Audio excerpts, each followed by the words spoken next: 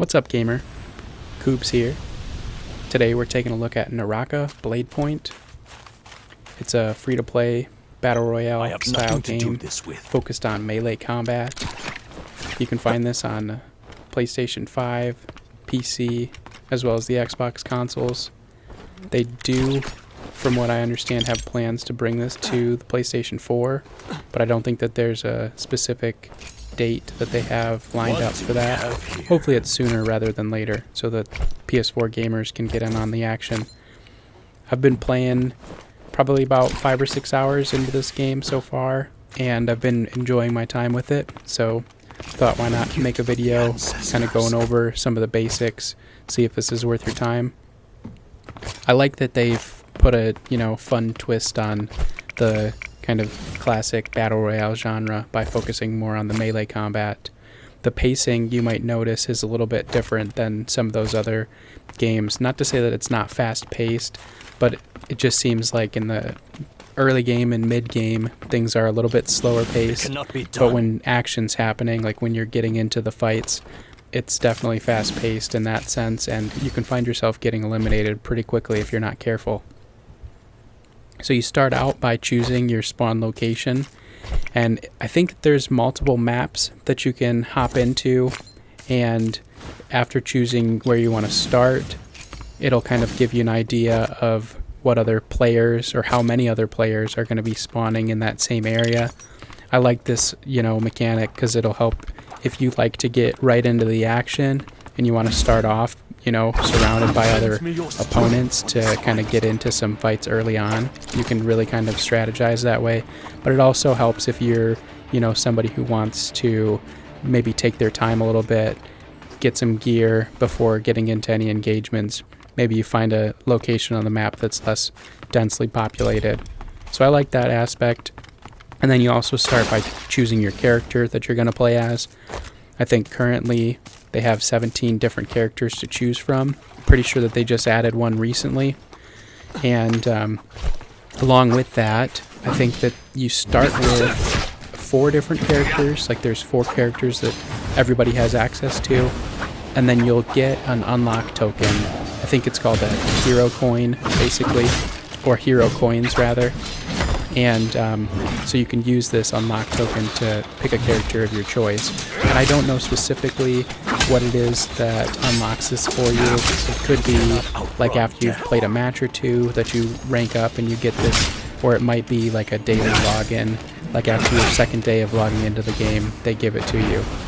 Either way, I got mine relatively early on, and so, take your time, think about which character you want to unlock, because it might, if you're playing this as a free-to-play game, it might take you some time until you unlock a second character after that.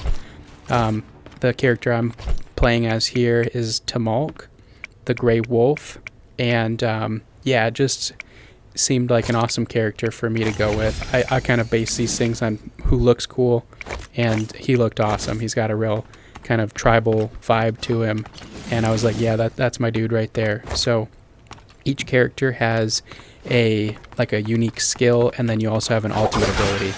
So you might notice at a certain point, just right then I use this ability, I kind of burst up into the air, and now I'm surrounded by these 3 rocks, and I can throw those out towards an enemy and they'll get kind of caught up in a small tornado. And then my ultimate I just use there as well. I kind of hit the ground, which causes this larger whirlwind to sort of surround the area that the enemies can get caught up in. I think slows their movement speed and maybe even slows their stamina regeneration or something like that.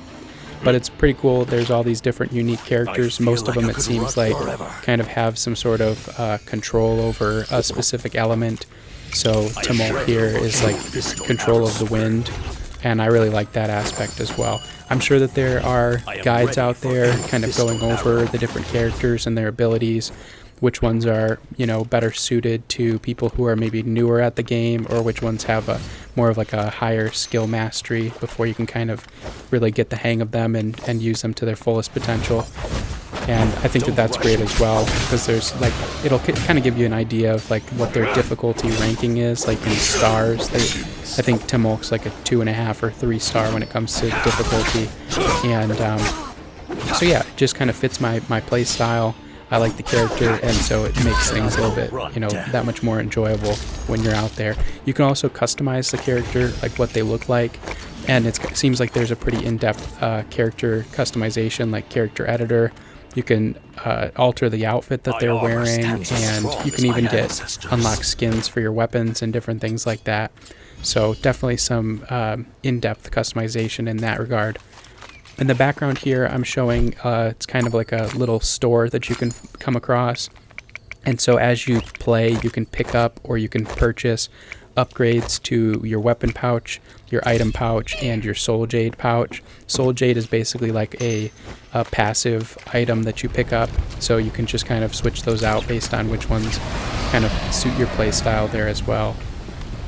Right now they're doing a crossover event with the Nier franchise, so if you're a fan of Nier Automata or Nier Replicant, just the original Nier, there are different character skins available. So they have 2B and A2, they got my guy Nines, and I think her name is Kine. And then also I think the main protagonist from Nier is going to be coming as well. So you can purchase these different skins for characters so that they look like your favorite character from those games. They do seem to be a little bit pricey. You have to use like the in-game currency that you purchase. So I think it's like $20 or $25 for some of those skins. So a little bit out of my price range personally. I don't typically invest, if anything at all, into these free-to-play games. But if that's something that, up your alley and you're a fan of those characters and you want to, invest in this game, I'm certainly not going to tell you that it's not worth your money. So check that out if you're into it. It seems like there's a lot going on in the menus. So there's like a battle pass, there's daily sign-in, there are different events going on, things like that. So it can be a little bit overwhelming when you first get into things and you're at the main menu and it's telling you to click here and click there to claim these different items. But you'll kind of get a hang of that pretty early on. And then there's also seems like a campaign sort of game type.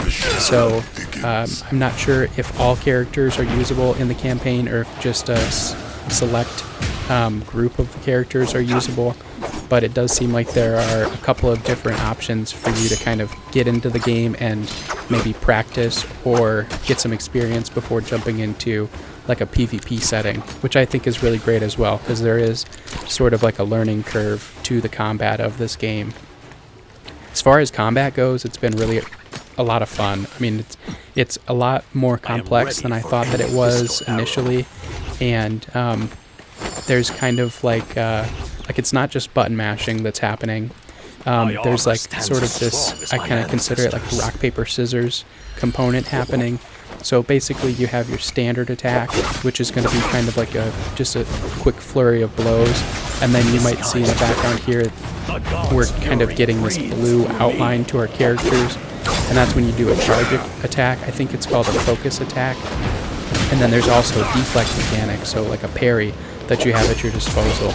And so if somebody is using a regular attack, then you want to use a focus attack in order to break through. You basically get like a little bit of hyper armor, and then you can break through that attack and do damage that way. If somebody is using a focus attack, then that's when you want to use your deflect, and you can counter their attack, and you also disarm them in the process.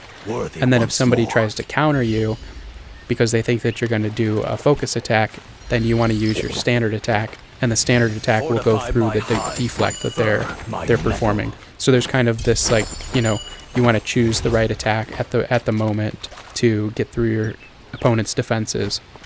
Of course, there's like armor in the game, so you can find a suit of armor. I think in this game I was lucky enough to find a gold suit of armor very early on, and so that's been quite helpful in helping us stay alive. And then there's also weapon durability that you have to look out for. So you'll find weapon repair kits out there, and after you've used a weapon for some time, you want to use a weapon repair kit so that you can increase the durability back up to full. Now there's different rarities of weapons. I'm not specifically sure if the higher rarity weapons deal more damage than the lower rarity weapons, or if it's just that they have higher durability, and so it takes longer before you need to use a weapon repair kit to fix them up. You're going to want to carry multiple weapons with you because, like I mentioned, you can get disarmed. And there are also ranged weapons in the game. So there's I think maybe 6, possibly more variations of ranged weapons. There's like a pistol and a cannon. There's a crossbow, a regular bow and arrow, and, different options as far as ranged weapons go. I don't typically use a ranged weapon very often personally, but I think that that's mostly just because I'm trying to kind of figure out which melee weapon I like the most. I've really been enjoying the greatsword. I typically like greatswords in these sort of games that are focused on melee combat, but I think the greatsword's really awesome in this one. There's also a pole sword that I've been having a lot of fun with. Basically any of the weapons that have a little bit more reach to them, I've been really enjoying. As far as the fights go, it's like things can pop off in a moment's notice. You might have seen it just a minute ago. I saw these two fighting, but the circle was closing, so I kind of decided to disengage and head towards the center, but now they've both caught back up with me, so the three of us are going to kind of be bouncing off of each other here, trying to figure out who can win these different fights. And I really enjoy that sort of, aspect of the combat. Like I mentioned, the pacing is a little bit different than some of the other, battle royales out there. If you find yourself needing to fall back and maybe repair your armor or use a healing item, you can use the grappling hook in order to get away pretty quickly. I really enjoy the grappling hook mechanic that they have. You pick up charges for it as you're out, grabbing your loot. But that really helps you get out of situations, get into engagements. You can use the grappling hook not only to get around by latching onto different, things in the environment, but you can also use it to attach directly to an opponent and kind of zip line right towards them and then do an attack. So that's really pretty cool too. Like I mentioned, there's a lot of different characters to choose from, and so early on you might find yourself really kind of, maybe at a disadvantage because you don't know what all of the other opponents have at their disposal. I think one of the important things is really trying to find that character that works for you so that you can kind of master their abilities, and then over time you'll kind of learn what the other characters have at their disposal and how you can sort of counter them with the character that you've chosen. I typically like to play solos in these sort of games. I like the idea of being on my own, but there are different various game modes, so you can do duos, you can also do trios, and then I think that there's a mode available that's just filled with bots. So again, if you wanted to get into that game type so that you can kind of practice a little bit and work on your skills before getting in with other players that are playing online, then you can do so as well. What I've found is that there typically are some bots in the matches with you. I think that there's a 60-player limit in these games, and so in order to get up to 60 players, they do throw some bots in the mix. And that can be, both good and bad. Sometimes the bots are a little bit easier than if you were to go up against another player. But, I mean, as far as, helping manage the queue times so that you're not spending 5 minutes before getting into a match, I think it's just fine to have some bots roaming around with you. And that, again, it's not like you didn't get an elimination if you eliminate a bot. I mean, they could help you really kind of get better at the game from that sense because you're getting into more fights. There are, at the very beginning, it's going to kind of show you on the map where the high tier loot is going to spawn, and so that again is going to kind of offer an opportunity for you to figure out where maybe the high traffic areas are going to be. And not telling you how to play the game, you can approach things how you choose to, but what I've found is if you can kind of find an area that has maybe just a few people that are there and drop in at that same location and get into a fight early on, then you can kind of really start to practice and figure out, which weapons you like to use, get into the flow of combat a little bit, rather than dropping in somewhere that's kind of off the beaten path and then spending 5 or 10 minutes just gathering loot before you find somebody, and then when you do finally get into a fight, you just, end up losing anyways, and now in a sense, you've spent a little bit more time in that regard without there being much of a payoff to it. So don't be afraid to get in. take some of those fights and, you know, just try to get better at the game, you really got nothing to lose. You know, it's a free-to-play game, so highly recommend you check it out if you have the opportunity to do so. It looks like we're down to the last 3 in this matchup, so haven't been doing too bad. Oh, nice. Got the elimination there. That looks like that was our 9th elimination, which is like, hey, we're rocking it this game. We're really feeling it, I guess, Scoob. And we're in the final 2, so can't really complain with that. We'll see if we can pull out a victory. One of the last things that I think I wanted to mention was that this game came out in 2021, and there is cross-play enabled, so you might come across some people who have been playing this game for a little bit more time than some of us console gamers. Some of the folks that are on PC, they might have been playing it for a little while. It did just go free to play back in the middle of July for consoles. I think also for PC as well. Oof. He got us. We couldn't take first place, but you know what, gamers? The end screen here tells us that glory is still ours.